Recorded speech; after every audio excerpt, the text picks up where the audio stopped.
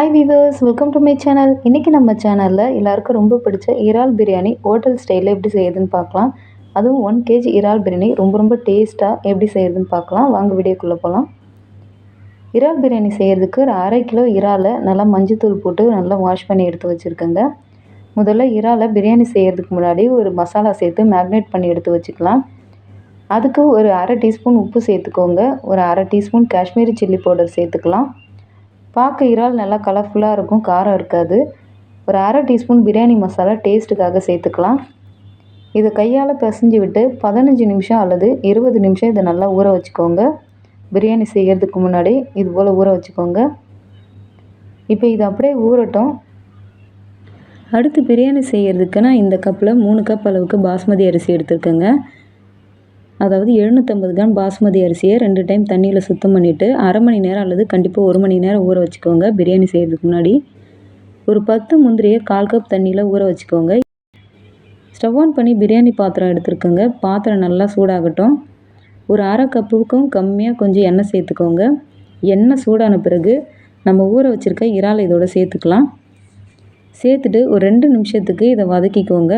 ரொம்ப நேரம் வதக்க வேண்டாம். இந்த மாதிரி செய்யும்போது அந்த இறாலில் இருக்க அந்த டேஸ்ட்டு ஃப்ளேவர் எல்லாமே அந்த எண்ணெயில் இறங்குங்க. சாப்பிடும்போது டேஸ்ட்டு ரொம்ப அட்டகாசமாக இருக்கும். அந்த இறாலோட ஸ்மெல்லு அந்த பிரியாணி ஃபுல்லாகவே இருக்குங்க. பாருங்கள், இப்போ இதை நல்லா மிக்ஸ் பண்ணிக்கலாம். 2 நிமிஷம் தாங்க இந்த மாதிரி வதக்கணும். லேசாக இது கலர் மாதிரி வர வரைக்கும் வதக்கிக்கோங்க. பாருங்கள், இப்போ இது நல்லா கலர் மாற ஆரம்பிச்சிடுச்சு 2 நிமிஷத்துலேயே. இது வதங்கின உடனேவே வேறு ஒரு பாத்திரத்துக்கு மாற்றி எடுத்து வச்சுக்கலாம். பாருங்கள், இப்போ எல்லா இறாலும் நல்லா கலர் மாறி வந்துடுச்சு, பார்த்திங்கன்னா தெரியும். வேறு ஒரு பாத்திரத்துக்கு மாற்றி இதை அப்படியே எடுத்து வச்சுக்கோங்க. இப்போ இது ஒரு ஓரமாக இருக்கட்டும். அடுத்து இதே எண்ணெயில் தாங்க நம்ம பிரியாணி செய்ய ஸ்டார்ட் பண்ண போகிறோம்.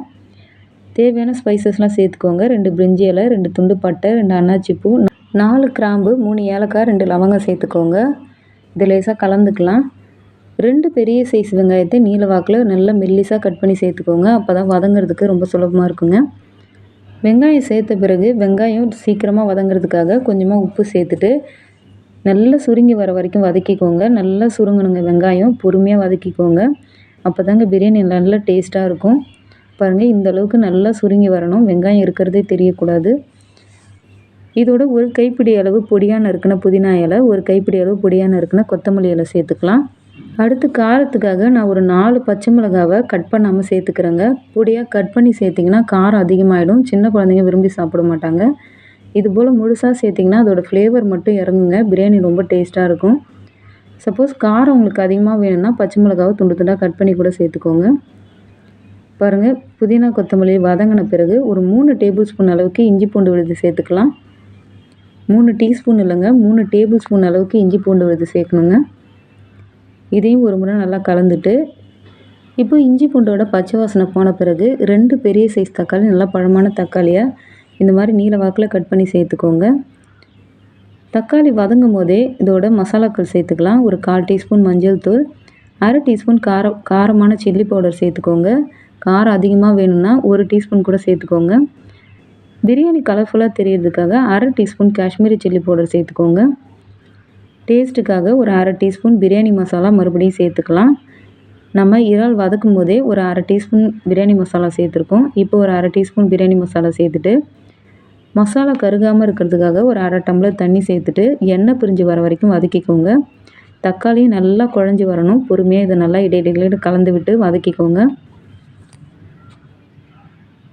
இப்போ இது நல்லா எண்ணெய் பிரிஞ்சு வரட்டும். பாருங்கள், எண்ணெய் பிரிஞ்சு வந்திருக்கு. இப்போ ஒரு 1/2 கப்பு போல் தயிர் சேர்த்துக்கோங்க. தயிர் சேர்த்துட்டு இதையும் ஒரு முறை நல்லா கலந்துக்கலாம். தயிர் சேர்த்த பிறகு ஒரு 2 நிமிஷம் அப்படியே இருக்கட்டும். இதுக்கு இடையில் நம்ம ஊற வச்சுருக்க முந்திரியை அரைச்சி எடுத்துக்கலாம். முந்திரியை மிக்ஸி ஜாருக்கு மாற்றிட்டு ஊற வச்ச தண்ணியோடவே சேர்த்து நல்லா ஃபைன் பேஸ்ட்டாக அரைச்சி எடுத்துக்கோங்க. இப்போ தயிர் சேர்த்த பிறகு ஒரு 2 நிமிஷம் ஆயிருக்கு. நம்ம அரைச்சி எடுத்த முந்திரி இதோட சேர்த்துக்கலாம். மறுபடியும் மிக்ஸி ஜாரில் ஒரு 1/4 கப்பு போல் தண்ணி சேர்த்துட்டு அதையும் அலசிட்டு சேர்த்துக்கோங்க. இப்போ முந்திரி அரைச்சி சேர்த்த பிறகு இதையும் லேசாக கலந்துக்கலாம். ஸ்டவ்வை கண்டிப்பாக மிதமான தீயிலே வச்சுக்கோங்க. அடி பிடிக்காத அளவு பார்த்துக்கோங்க. இப்போ இந்த ஸ்டேஜில் ஒரு 1/2 எலுமிச்சம்பழத்தை இதோட பிழிஞ்சிக்கோங்க. பிழிஞ்சு விட்ட பிறகு இதையும் கலந்துக்கலாம். இப்போ நம்ம வதக்கி எடுத்து வச்சுருக்க இறாலை இதோட சேர்த்துட்டு இதையும் கலந்துக்கோங்க. இப்போ இறால் நல்லா மிக்ஸ் பண்ணிவிட்டு இப்போ பிரியாணி அரிசிக்கு தேவையான அளவு தண்ணி சேர்த்துக்கலாம். நான் இந்த கப்பில் 3 கப் அளவு பாஸ்மதி அரிசி எடுத்திருந்தேன். 1 கப் பாஸ்மதி அரிசிக்கு 1½ கப் தண்ணி அளந்து சேர்த்துக்கணும். நான் 4½ கப் அளவு தண்ணி அளந்து சேர்த்துக்கிறேங்க. அரிசி ஊற வச்ச தண்ணியும் சேர்த்து அளந்து சேர்த்துக்கோங்க. இப்போ பிரியாணிக்கு தேவையான அளவு உப்பு மறுபடியும் நான் ஒரு 3/4 டீஸ்பூன் அளவுக்கு சேர்த்துக்கிறேங்க.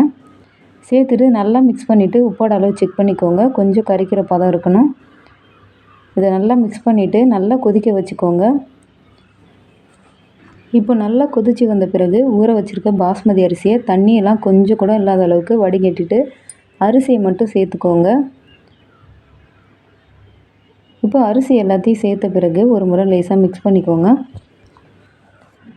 பாருங்கள், அரிசி உடையாத அளவுக்கு இது போல் ஜென்டலாக மிக்ஸ் பண்ணிவிட்டு இதை மூடி ஒரு 5 நிமிஷத்துக்கு அடுப்பானலை அதிகப்படுத்தி நல்லா வேக வச்சுக்கோங்க.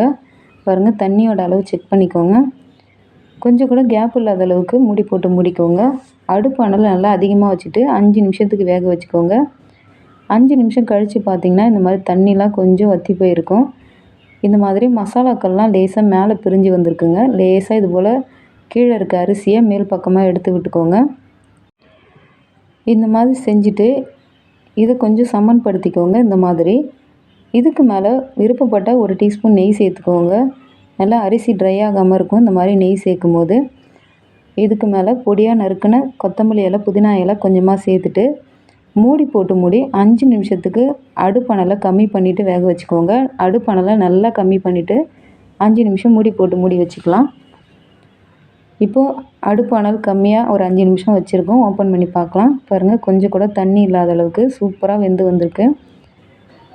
இப்போ ஓரமாக இருக்க அரிசி எடுத்து பாருங்கள், கொஞ்சம் கூட தண்ணி இருக்கக்கூடாது. இந்த ஸ்டேஜில் ஸ்டவ் ஆஃப் பண்ணிவிட்டு மூடி ஒரு 10 நிமிஷத்துக்கு இதை அப்படியே விட்டுடுங்க. பாருங்கள், நல்லா உதிரியாக இருக்குது. இது இன்னும் ஆற இன்னும் கூட உதிரியாக மாற ஆரம்பிக்கும். டேஸ்ட்டு ரொம்ப அட்டகாசமாக இருக்குங்க. இதை மூடிட்டு ஒரு 15 நிமிஷம் கழித்து நம்ம வெளியே எடுத்து பார்க்கலாம். இப்போ ஒரு 15 மினிட்ஸ் ஆகிருக்குங்க. பாருங்கள், உதிரியான டேஸ்டியான ப்ரான் பிரியாணி ரெடி ஆகிடுச்சு. ரொம்ப டேஸ்டியான இந்த இறால் பிரியாணியை வீட்டில் ட்ரை பண்ணிவிட்டு கமெண்டில் எப்படி இருக்குன்னு சொல்லுங்கள். ரொம்ப டேஸ்ட்டாகவே இருக்குங்க. ஹோட்டல் ஸ்டைலில் இறாலும் சாப்பிட்றதுக்கு ரொம்ப டேஸ்ட்டாக இருக்கும். வீடியோ யூஸ்ஃபுல்லாக இருந்தால் லைக் பண்ணுங்கள், சப்ஸ்கிரைப் பண்ணுங்கள். Bye friends.